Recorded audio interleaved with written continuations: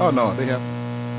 It's the Big Trav and Q Show. They waiting for just another damn podcast. Now let's go. That's right. Let's go. Let's go. Let's go. Okay, do what now? What's up, y'all? It's the Big Trav and Q Show. It's your man, Big Trav, and it's Q, baby. That's what I'm talking about. Hey, man, we got a big Wednesday today, man. You ready for it? No more shopping. I'm ready, man. I'm ready to go. I'm ready to go. Oh man, you know, I didn't get my lip balm on. I didn't do all my makeup before I came on today. So. I'm sorry. My makeup person, they're off today. So, what's up, y'all? Hey, listen, Big Trav and Q Show. We continue to keep you entertained during the quarantine. It's been going great. It's been going great for you, Q. It's going excellent, man. The Big Trav and Q Show just ceases to amaze me of all the progress we've been doing at a short time. I just want to thank everybody who has been responding. I want to thank those who have basically been chiming in and continue for the show.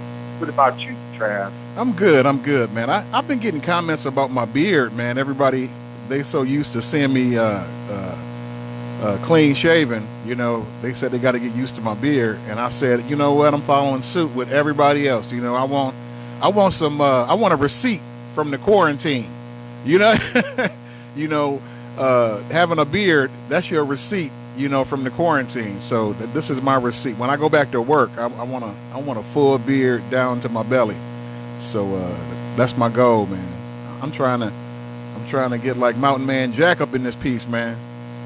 I seen one of your pictures, man. I seen you growing a beard too, man. What's going on with your beard, man? You letting it grow? That's by default. That's by default. Because I don't have a regular barber, so I don't have the issue that everyone else has, or that everyone else have about not being able to get to their barber, because I shave all my hair, so and trim everything myself. But I like to keep my beard shaped up though. I will go to the barber when something special coming up.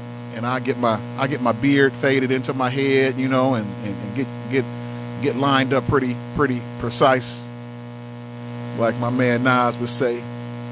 So yeah, man. So the Browns got a new uniform. The Cleveland Browns football team, NFL football team, they got a new uniform. Do you care? Not really, but. I'm so juiced up, so excited about today. We got a jam-packed show. I mean, first of all, we're going to have Mr. Blane Smith coming up in a few minutes. Shout out to Blane. What up, Blane? To blow your mind. And then for the next hour, come on, man. The Big Trav and Q Show is doing it big. So, what we want to do, man, we want to get this place pumped. We want to get hyped. We want all our listeners, crank it up. Tell a friend. Get your party started, man. That's right. Because it's going down tonight. That's right. Check it out. It's going down tonight. If you rock with me and Q, and you listening right now, please share this on your page. Please share this on your page. We're trying to get our viewers up. Go to YouTube. We need subscribers up. I just checked, man. We only had like nine subscribers. Are you kidding me? Come on, man. If people that rock with us just went to subscribe, we have at least 200. Come on, man. If you really rock with me and Q, please go to YouTube. That's all you got to do. Matter of fact, I put the link on my page. The link is on my personal page. Go to my page.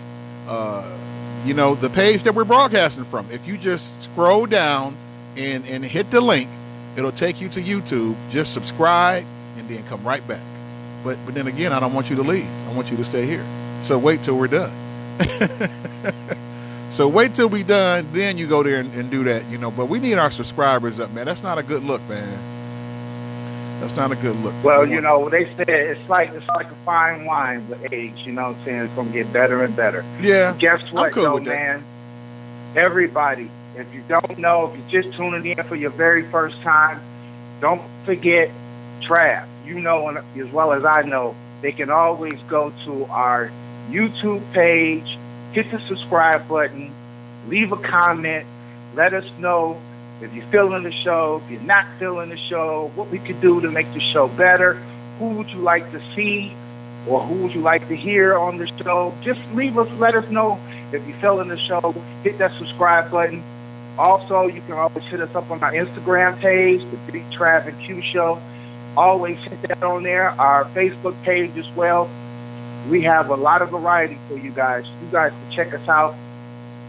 And we're doing it 6 to 8, Monday through Friday. That's right. Even if we have a special edition sometime. You caught us last Saturday Right. with a special edition. I mean, the Big Proof thing. Go back and check that episode out on our YouTube page. I guarantee you're going to enjoy something that you like. We also had previous interviews with Miss Corona, Prince Whipple Whip. I mean, we've been doing it pretty good. We got some really good topics. So I think that if you really take the time out and just check us out on our podcast, you'll give us something and you'll like it. Yeah, you know what? And shout out to the regulars, man. I see the regulars.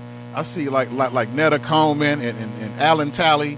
You know, I see the regulars. My brother and his family. He said him and his whole family, they sit down for the whole entire hour, 2 hours, and listen to us. You know, and that's the support we need. You know, but you know what? Hey, listen, we just trying to, you know, just kind of simplifying things. You know, we just trying to keep you guys entertained. You know, during the quarantine. Like I said, I'm off for at least another month. You know, so I'm getting both of us are getting to learn this podcast game. You know, I'm checking in. I mean, I ain't got nothing but time on my hands. So, and it's been pretty fun. It's been fun. I've been, oh man, the love that everybody been showing. Everybody just, you know, talk about how official it is, you know, and you know, and it's really good. You know, I try to go hard on everything I do, and doing the podcast was no different. So, you know, so thank everyone for the continued support. You know, and you know, our fan bases is the 419 and the 313. What is Cleveland? 216, the 216, the 313, and the 419. Shout out to Cleveland, Detroit, and Toledo, the tri-state area. Shout out to our fan base there, and well, you know, we had Georgia on the line yesterday checking us out. You know, shout out there in Hinesville. They was checking us out. Shout out. We also have Atlanta. You know, Atlanta be on the line. Shout out to Atlanta. Checking us out. And Chicago definitely be in the building sometimes, so it's a good look. And shout out to my Cowboys family. You know, I got Cowboys family all across the world. You know, so shout out to you guys. You know, for showing me love, inboxing me, calling me, you know, and weighing in. You know, so shout out to my boy Tyson West Coast. What up, Tyson? Tyson called in. That's my homie. You know, he a real big figure in the Cowboy Nation world. He called in and chopped it up with me middle last week. So my man Ron Scarlett down in Atlanta, he called and chopped it up with me on the first day. Hold on, I got a call coming in. Hold on.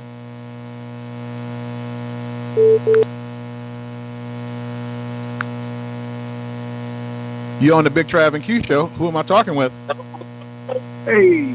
Hi, my name is Blane Smith, calling for Darnell Robinson. Hey, how's it going, Mr. Blane? Welcome to the show. Welcome to the show. Thank you. I'm always at the music early. I'm never late, though. Oh no, you're fine. You're fine. We're always late around here, so you're fine. All right, beautiful. First of all, hey, welcome to the show. You know, when Q told me that you be honored, well, we coming on the show, I was like, I'm a big NFL fan. I'm a big Dallas Cowboy fan. I was like, man, I can't wait to get him on the show. So how you been holding up in this in being quarantined in? You been doing okay? Well, you know, I'm a football player, so I follow directions very well. If they tell me to do something, this is what I always tell people. since I was a child, I've been trained to hate colors. So if you wearing a different color than me, that particular day I hate you. Now, when that's over with, I'm okay. So since doing this COVID-19 thing, stay in the house, stay away. I get up, work out early in the morning. I'll walk 2 miles before anybody else is up in Detroit and on the streets.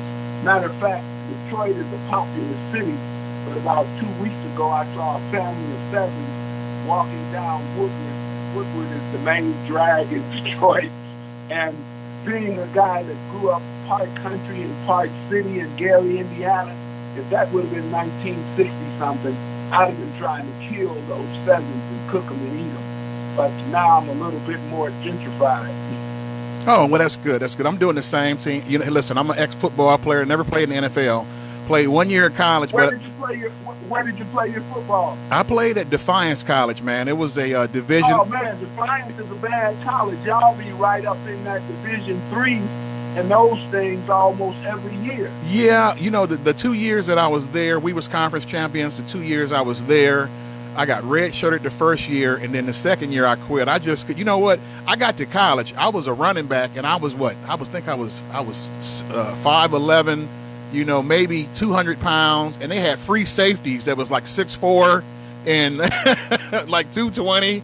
And you know, I was like, I'm not trying to get hit by a 6'4", 220 free safety, man. I said, I'm done with this.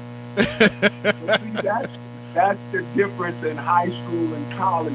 You start running into people, even at a Division III school or a 2 school, those guys are the guys that's waiting to move up. And that's why I try and tell children all the time, less than 0.1%, not 1%, but 0.1% makes it all the way to live that dream. But what you do want to get is that college scholarship so that you can get that free education. And as my mom told me, what you really want to make sure you do is graduate, because 20 or 30 years later, football will be a great beer story, but graduating is forever. Exactly. If you just joining us, we're on the phone with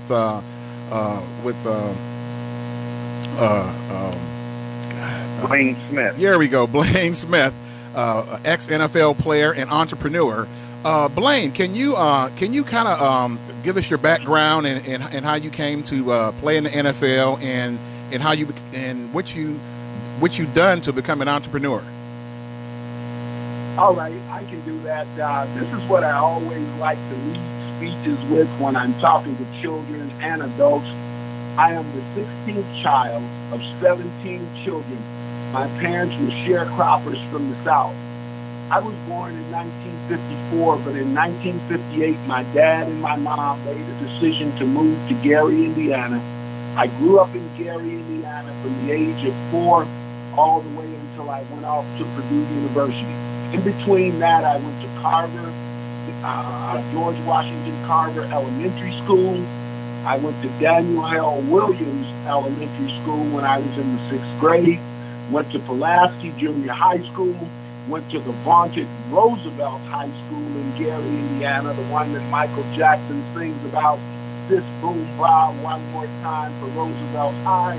I graduated from there, and I was a real good athlete, so I ended up getting a scholarship. But before all of that happened, my parents had the wherewithal coming from the South. They were extremely religious, and they had me grow up doing Easter and Christmas speeches and doing poetry at Easter and Christmas time. And that's why I have no fear of public speaking. And now as a grown-up person, I do write poems. So once I finished my high school career, I was a good athlete in football, basketball, baseball, and track. I got a scholarship to go to several universities to play basketball and football, but I chose Purdue University because one of my older brothers was there, and Purdue really liked me. So I signed to go and be a Purdue football athlete, and I had a very distinguished career at Purdue, starting in 1973 as a freshman. By 75, I was all Big Ten. 76, I was all Big Ten. In 1976, I was voted captain of the defense. I was a defensive end. I was all Big Ten 1975, 1976, voted on by the Chicago Tribune.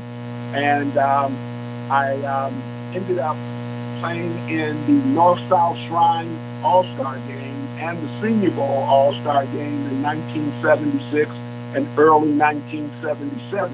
In April of 1977, I was drafted in the 7th round to the Cleveland Browns. I did some time with the Cleveland Browns in 1977. I did some time with the Green Bay Packers in 77 and 78. And I also performed for the New York Jets. So that's my pro football career. And in between all of that, I started working as a young manager at Inland Steel. So that brought on the professional side of what I did. And that's my early career all the way up to Inland Steel. And we can go from there. Okay. I noticed you were 6'5". Did you play basketball in high school as well? Well, I'll tell you a secret about that, and that's a beautiful question. Thank you very much. In high school, I was 6'2.5", 211 as a senior. And I was getting all of these. They weren't Division II scholarships. They were Division I scholarships to play basketball out at places like Xavier and the Big Sky Conference, and they were like Kentucky State. But then when I started to get opportunities and offers from football, they were coming from Notre Dame, Purdue, Northwestern, IU. And since my brother was at Purdue, that really stuck with me. And when I went on the visit to Purdue, and we can talk about that a little later, it was one of the greatest things I had ever done in my life because they really wanted me. And that's why to this day, I am a Purdue guy. But the funny thing about, you said I was 6'5", and think of this. When I went in as a freshman, I was 6'2.5", 211. When I graduated as a senior, I'm 6'5", 248. And to this day, I believe they were giving us something to grow. Everybody talks about steroids and HBHG getting shot in the butt. I think they were doing something to us. But when you're that young and you're offered that opportunity and you've wanted to play sports your whole life, you question no one. Exactly. So that was a blessing then, because listen, DNs in the NFL, that's the starting rate, 6'5". That's the starting rate. But see, I'll tell you another secret. At Purdue, we played what they call the Oklahoma 52. You had 5 guys up front, 2 middle linebackers. But what it really was a 3-4. You had the tackles were down, the nose guards were down in what they call a 3-point stance today. Right. The 2 defensive ends were stand-up guys. And guess what that is today?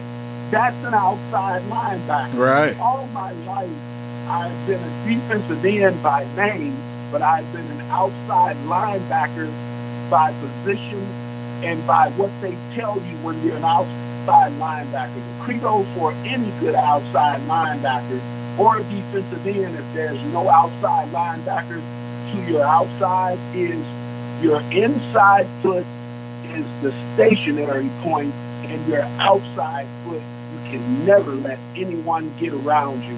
And that's the way I live today. If I'm somewhere and you try to go to my outside, I will unconsciously step out to meet you. Not to hit you, but I'll just step out. So you got to go to the inside, because I can't allow no one to get outside, because once you get outside, that's what they used to call the flats. Now they call it get the ball to the open outside. You know, they got a lot of fancy terms, and I don't listen to all of those anymore. But that's just me now. I've been trained so well since I was a child that it's still things that I do. And as a grown man now at 65, sometimes I question myself, but I like my training. You know, I want you to talk about transitioning from football to into the business world, because You know, I've coached several different teams, and I work for the school system, so I'm always talking to kids and just giving them words of encouragement. Can you talk about some of the attributes that you took from football and you took into the business world, to your professional career? Absolutely. That's another beautiful question. You are laying them out to me like softballs. Thank you. First things I got to say to grown-ups and young children, when I was 7 years old, my mom had told me to do something in the summer. And it was dark outside, and you got to remember, I'm 7 years old. I'm not 6'5", 248 pounds at the time. I'm probably about 5'2", scared of the dark. And my mom tells me in the summertime, I've been sliding on my blue jeans on my knees in their grass game. And she said, boy, you can't put them in my wash tub, in my washing machine. You got to scrub them on the washboard. So I go outside, and it was about 7:30 in Gary, Indiana. It was getting dark. I said, well, you know what? I'll get up for this old lady in the morning, and I'll be to wash them clothes, and she'll never know. I went in the house and went to sleep, and at 4:30 in the morning, my mom was lashing my butt like 12 years a slave. And, I deserved that whipping, and I'm not mad at my mom, because as we talk about my mom, there are some other stories where I took care of her from 99 until she passed at 102.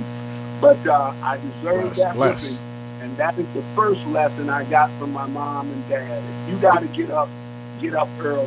Still at this day at 65, I wake up at 4:30 in the morning without an alarm clock, with nothing. Matter of fact, most days I'm up very early before 4:30 and waiting for 4:30 so I can get up and get ready to go to the gym, because at 65 I still go to the gym. I still believe in working out.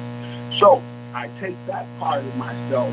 The first thing I tell any young person is get up early. And I know now they're playing all these Minecrafts, and they're playing all these games on the computer and staying up way too late. Cut the games off, cut the lights off in your room and go to sleep, because the early bird gets the worm. So once you know the early bird gets the worm, the next thing is discipline. And discipline is a fun thing. Can you be where you're supposed to be when I told you to be there? The great coaches of old, Bo Schembechler from Michigan, and I know I'm talking to people in Ohio, and the Ohio State is a heck of a school. But when you talk about those guys, Woody Hayes and Bo Schembechler, the first thing they would tell you is, if I call a meeting at 7, you better be there at 6:45, because on time is late. Yeah, yep, exactly. Isn't that what I'm saying? If you're there at 7 o'clock, you're late. If you're there at 6:45, you're early. So those are the two things you've got to learn early. Get up, be up, and be ready to face the world with a smile. That sounds right to me. Q, go ahead and chime in. Well, How you doing, Q? I've come to know Blane Smith in 2010 because he had an excellent program.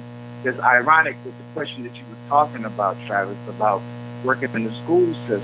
And I wanted to see if he would shed some light about what was his program and what he was doing and how he was able to, get his message disseminated within the school systems even to this day. Now that's another interesting question, and I'm going to sort of go a long road, so cut me off if you need to be. Before I was out of the NFL by 79, 80, I had already started work in 78 at Inland Steel Company as a young supervisor. So that gave me a whole lot of corporate training and how to train other people. And after doing that for about 9-10 years in the plant, and this is a whole nother story, and we may want to talk about that, so please write this down, fellas. I wrote the head of Inland Steel about nepotism, cronyism, and racism practices in promoting Inland Steel's management. Because after 9 years, I had worked 7.5 years, never missed a day, never was late. And this is a young black guy, so think about what I'm saying. I was in the prime of my life. And was I partying? Yes. Was I doing some things I probably shouldn't have? Yes, I did that too. But I was always where I was supposed to be, and I was responsible. So after I wrote the letter to Frank W. Lawson, who was the CEO of Inland Steel at the time, I ended up being called to Chicago. And from that, Inland Steel went through a training program that was real huge, and we can talk about that a little bit later. But from that, I met a doctor down in Atlanta who ran Inland Steel sensitivity training, Dr. Charles H. King. Dr. Charles H. King, and he was such a dynamic trainer. For the first time since I was probably at Purdue, I was mesmerized by a guy's ability to vocally reach people, and that's when I knew I wanted to train. So lo and behold, I get into Inland Steel sales, and I go a long way, and finally I'm in Detroit, and we can cover some more of this as you guys ask me questions, but I don't want to take too long answering your question, Q, and it's that I'm in Detroit, and I'm working, and a school asked me, I know you talk to school children all the time. Will you come by and talk to us? And I said, yes, I can come by. And a gentleman asked me, what is your stipend? So I was still at Inland Steel at the time, and I knew that meant money. So I said, let me call you back. I've got an incoming phone call from a customer. I didn't have an incoming phone call from a customer, but what I did was call Mr. Olson, who booked speakers at Inland Steel, the company I work for. And I said, Mr. Olson, I said, a guy just asked me, what is my stipend? He said, Blane, you graduated from Purdue. I said, yeah. He said, you were all Big Ten. I said, yeah. He said, you were drafted, you were picked All-American. I said, yeah. He said, you played a little pro ball? I said, yeah. He said, tell him $2,500. So I called the guy back, and I couldn't make my mouth say $2,500. so I told him $1,750, $1,750. He said, okay, we'll have the check ready when we get there. Sweet. And it was in one of the suburbs of Detroit, you know, a white school, majority white, probably only 2-3 blacks. I had to speak at 10 o'clock. I got there at 8:30. I get in the gym. I've got a suit on. And I'm sitting in the gym, and the guy comes up and tries to give me the check. I said, I don't even know if I'm going to be good. You hold the check. And so he walks away, and parents are coming in. I talk to them. They didn't know who I was. Students would come in. I would talk to them. So when I got up to give the speech, and it was about just dedication, determination, discipline, and doing what you're supposed to do. I did the speech, and they gave me a standing ovation, and the guy walks up and said, man, I should have paid you $5,000. So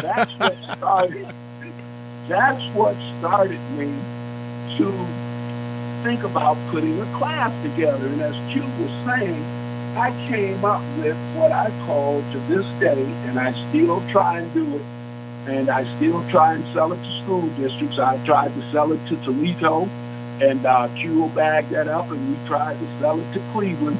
And I call it the Student Personal Development Program, and we cover anger management, conflict resolution, anti-bullying training for students. And I put it together after that first speech, and that's what I've been doing as a corporation in Michigan since 1997. I got incorporated, I think, March 6th of 1997, and I've been in business ever since. And what it does is work in class, and when I say in class, we're taking a class full of students.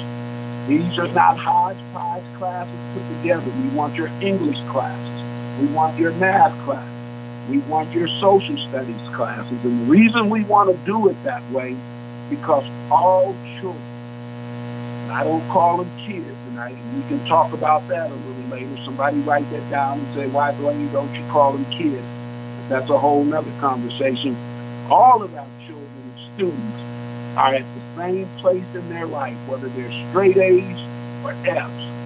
They need help with their behavior, and that's what my program works with, and And I've been doing that since 1997. It is my primary focus, my primary, some people call it a calling, but I don't think it's caught on enough to be a calling, because, when something is a calling, at some point, you don't have trouble trying to sell it or give it to folks so that you can be of help.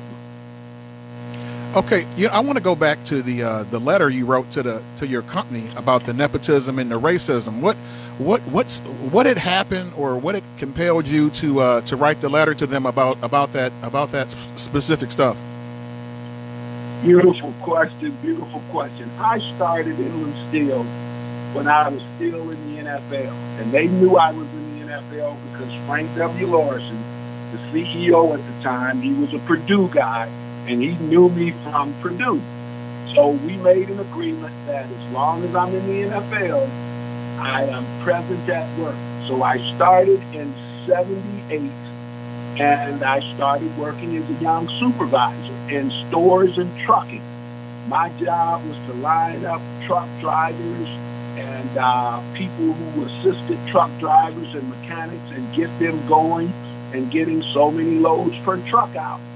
I did this so well that I moved up from just being a starting supervisor in 78. I moved up to a senior supervisor by about 86, 85, 86.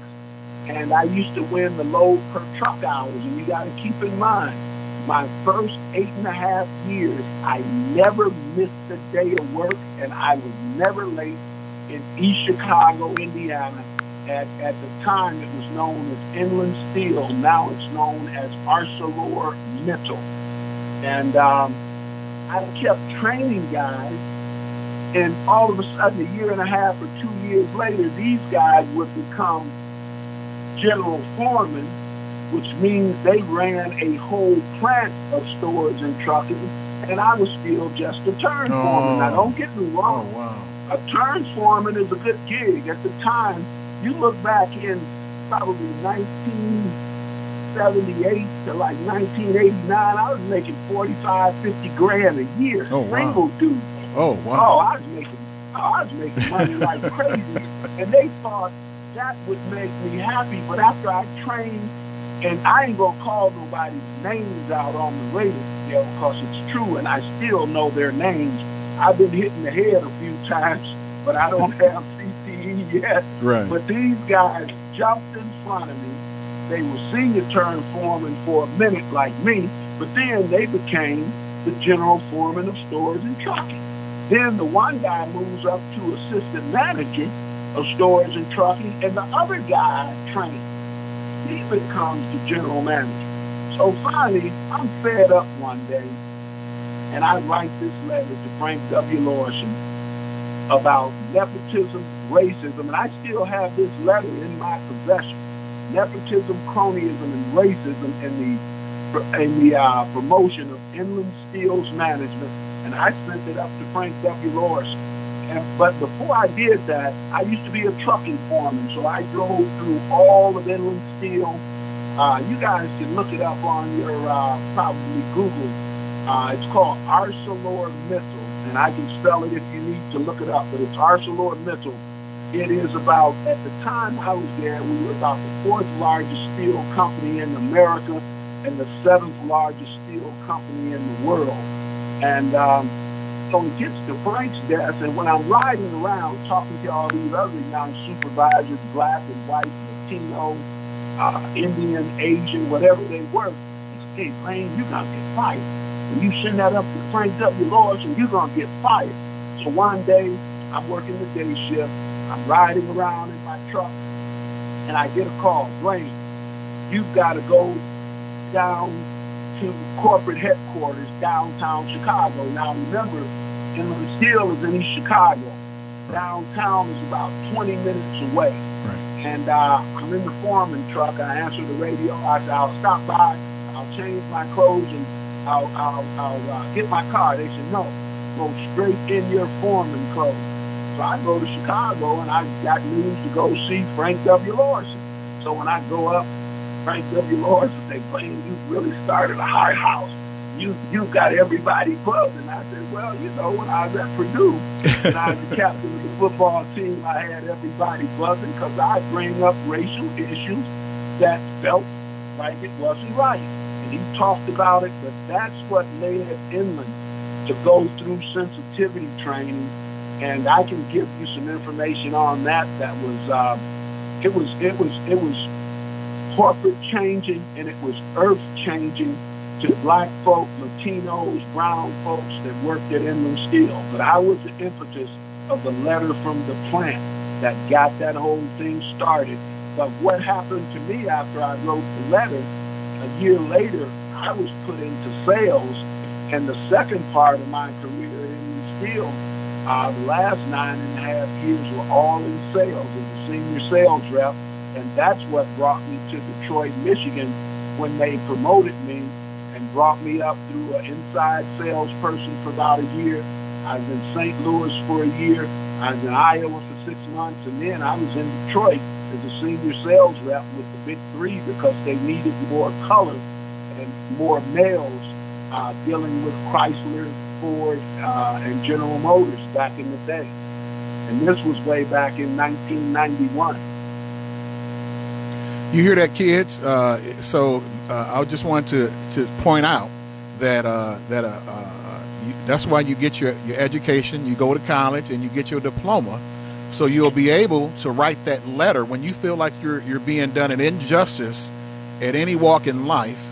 When you then went through a college career, you'll have the tools to put together the letter that he wrote to Frank. About nepotism and racism and people being jumped. Yeah, and I've been a victim of being jumped, for the exact same reasons. And so I just want to stress how important it is, that you had the skills to write that letter to Frank and kind of put the company in a position to bring it to everyone's attention. That to be, not to go so hard, and it sparked you to have get into the career that you're in the business and entrepreneurship that you're in right now. Q, did you want to have anything to add? I wanted him to sum up, the kids versus children thing. But did you have anything else before I finalize with that? Well, I love what Blane is talking about and everything, because I was reading an article about the governor of Michigan and how she's been getting really hit with a lot of people that are having problems with her stay-at-home order. And I wanted to see if Blane had some view on that and what he thinks about the state of Michigan and what's going on with the coronavirus within itself. Well, Q, I'm going to tell you, that's the beautiful thing, because as strong black folk, we don't like taking a lot of direction from, management or corporate or government. But this is the thing, when you look at the statistics and you see the way it affects our community, this is when we have to be smart. If we need to stay home, we need to stay home. If we need to stay inside, the only time I come outside is to do my 2-mile walk early in the morning. Since I'm not in the gym anymore, they're all closed. I take my walk as soon as the sun come up. Now the sun is coming up like 6:51, 6:49, so I'm up. I stretch, I'm ready. I go outside, get my walk, and I walk down the main street in Detroit, Woodward Avenue. They call it Highway 1 in Michigan. It was the first paved highway ever in Michigan. And I do 2 miles, and I'll tell you what, I've been doing this for about 4 weeks now. Today would be the 23rd day because I actually count the days. And I've seen a family of pheasants, and I may see 2 people every morning. So I would say to anyone, please stay home, because it's minorities, it's brown folks, Asians, Latinos, stay in the house so that once this is over, we can take our rightful place as leaders in a new society, because this is going to shake some people up. Is it crazy Is it the hardest thing we've ever done? Once again, I go back to my athletic roots. I go back to being the 16th or 17 people. When somebody tells you to do something and you check it and you know it to be right, that's where you should be at this time. Would we all love to be out strolling and rolling as the weather gets better and the sun come out? Yes, but this is not the time. This is one of those times, and I'll use a hockey phrase and then I'll use a football phrase. In hockey, they say the players are grinding. That means the puck is in the corner. You got a guy with his skate on the puck from your home team. He's got his stick on the puck. You've got another guy from the opposing team. His skate is on the puck and his stick is on the puck. And they're just forcing it up against the boards until somebody can break it free. That's grinding. We're grinding. In a football game, when the score is 7-7 or 10-9 and nobody can break free, that's the tight part of the game. That's the part you live for. Everybody is always ready to go out and party and have fun and, let their hair down. But the real players play when it's tough, when ain't nothing happening, hitting somebody in the mouth and looking them in the eye and letting them know I will not go away. That's what this COVID-19 is right now. We've got to survive until it opens up. And when it opens up, we've got to be ready to make money in a new economy. And the economy will be very different from what we remember as of what? Probably March 1st when they started to lock us down. Yeah. So we got to be ready to play the game when the game opens up. Because right now, we're all just grinding. Do I like waking up in the morning? Yes. Do I like having to wait until the sun come up to walk? Usually by the time the sun is up, I've been in the gym since 5 a.m. Now I can't go outside until it's bright enough because I don't want to be outside until I can see and people can see me. We're grinding right now, and people better understand the grind is tough and it's funky. We don't like it. But get over. See, the first thing I learned about sports, and new coaches will say this, the old coaches weren't articulate enough, but they said get comfortable with being uncomfortable. Exactly. Right now, we're uncomfortable, but we better get comfortable. Exactly. And Blane just summed up everything we've been talking about for the last couple of weeks. Stay at home. Respect the essential worker. Don't get out unless you have to.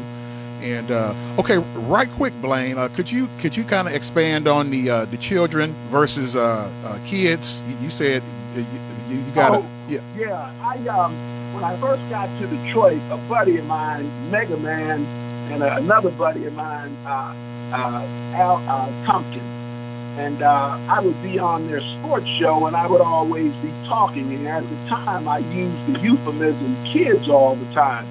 And one day, after about a month, I get off Al Tompkins' radio show. I get off Mega Man, Ike Griffin's radio show. And a guy meets me in the street, and he says, "Hey, man, I want to talk to you about something." I said, "Yeah, what is it?" He said, "Hey, man, I love the way you understand sports, and you bring it to us as real people." But he said, "I got a beef with you." I said, "What is it?" And I'm waiting for something to come that's heavy and funky. He said, "Hey, man, don't use kids." And I said, "Why?" He said, "A kid is a baby goat, and in the spring, you take a baby goat, a small lamb, and you sacrifice it." He said, "It's in the Bible, it's in the Quran, it's in most biblical type books. It's in the Jewish tower. Everybody is sacrificing what? A kid, a baby lamb." He said, "If you continue to call us kids, you make us less than human. You make us something that is sacrificed. And in our community, we are sacrificed enough." And I was like, wow. Wow. Yeah, never heard that. Unless someone has told you this was a Muslim brother, and I'm not Muslim. I shave my head. They might think I'm a Muslim, but I'm a learned guy. When he said it, I knew the connection, and you will hear newscasters you will hear most folks use the word kid. And what we're doing is sacrificing our young is a tribute to the craziness of a socialist and an economical society that cares for no one. Well, So I never heard that. I immediately stopped and I called children, students. I try to never use the word kids. And when you first start to do it, it's going to be hard. It's like not saying the N word. You've got to really work yourself out of that because it's so ingrown that we drop it before we even think of. Yeah. But once that brother hit me, that hit me like a ton of bricks. And from now on, I use children, child, students, little people, anything other, because I want to acknowledge you at the place I meet you. And I know you're a child. In Detroit right now, I'm a volunteer coach at Detroit Central. And this will be my third year if there is a season this year. And that's a whole nother conversation. Right. As we look at all the cancellations. But I talk to my players like they're my children and they're my sons. And sometimes I chew their butts as hard as and I'm an old style coach. So don't get me wrong. I'll do the psychology and I always chew bubble gum. I do a mixture of bubble gum and juicy fruit. And when people see me at the store every morning after I leave the gym buying the juicy fruit and the bubble gum, they're like, what do you do this for? I said, when I get ready to talk to a young player, I blow a bubble. So whatever I got to say, by the time I blow the bubble and it pops, I calm down. And then I can put my arm around them and say, hey, son, this is what I'm asking you to do. Because before I blow that bubble and it pops, I might grab them and do some old school stuff, and that ain't tolerated anymore. No, it's not. Okay, Blane, I tell you, we got to wrap it up. Go ahead and give your information out if anyone wants to, is interested in your programs, and anyone wants to get a hold of you about anything or speaking or anything like that. Give them your information so they can get a hold of you. All right, you can reach me at Blane Smith, and I'm a buddy told me I'm old school, but I have a plethora of information to give people. So you can reach me at Blane Smith at AOL.com and do that, BlaneSmith at AOL.com. And you can also reach me at 313-330-3884, and that dials directly to me on my cell phone. Okay, well, thank you, Mr. Blane Smith, ex-NFL player and entrepreneur, for coming on to the show. And guys, if you the information, I'll tell you what, Q, get a hold of him and get his information that he just gave, and then we'll post it on our websites for everyone.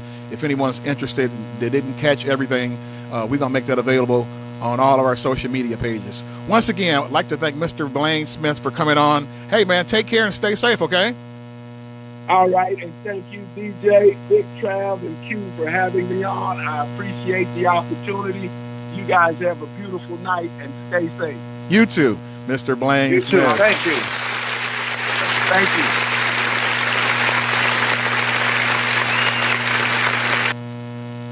Well, man, that was nice, man. He taught me some stuff, man. Really? Oh yeah, definitely. What did you learn from that interview? Well, you know what? Really, it was more just confirmation on. You know what I always say. I think that playing sports or just doing something, doing an extracurricular activity, I think that's the deterrent to kids getting in trouble. I just think that, it's just difficult. It would be difficult for me to to have my kids go to school and not participate in anything like extracurricular activities. I think that keeps them out of trouble. I just think back to when, let me take my kids, for instance. They went to school, they got out 2:30, 3 o'clock. They was in practice practice was probably about 4, and then they would be in practice about 6. I go pick them up, then we would eat, then they would do homework, and then they go to bed, And so I just think that playing a sport or doing an extracurricular activity is just so vital to kids' futures. You know, whether it's keeping them out of trouble or teaching them how to focus in on something or to work hard or to be a part of a team. So Blane just echoed all of that. You know, he just kind of confirmed that. You know, just hearing his story you see why I say he's such a powerful, dynamic public. Yeah, he is. He is. I couldn't have wrote that letter to my company in 1978. I couldn't have wrote that letter. You know, shout out to him, man. It took a big person. It took a lot of confidence to write that letter. You know, I think I probably would have quit the job. You know, I would have felt like that job didn't have my best interests at heart, or you know, that just wasn't a job for me, and I probably just would have quit and took another job. You know, but hey, man, kudos to him for being able to put that letter together, and shout out to the. I guess I want to give a shout out to Frank, the CEO or the owner of the Inland Steel. You know, for acting on the letter, you know, because he could have been like, hey, you know what, it just don't work like that. You know, he could have gave me, it don't work like that story. But no, he actually, off of Blane's letter, he actually put together sensitivity training and made some changes with the company, man. So shout out to Inland Steel. So. And I've seen that conflict resolution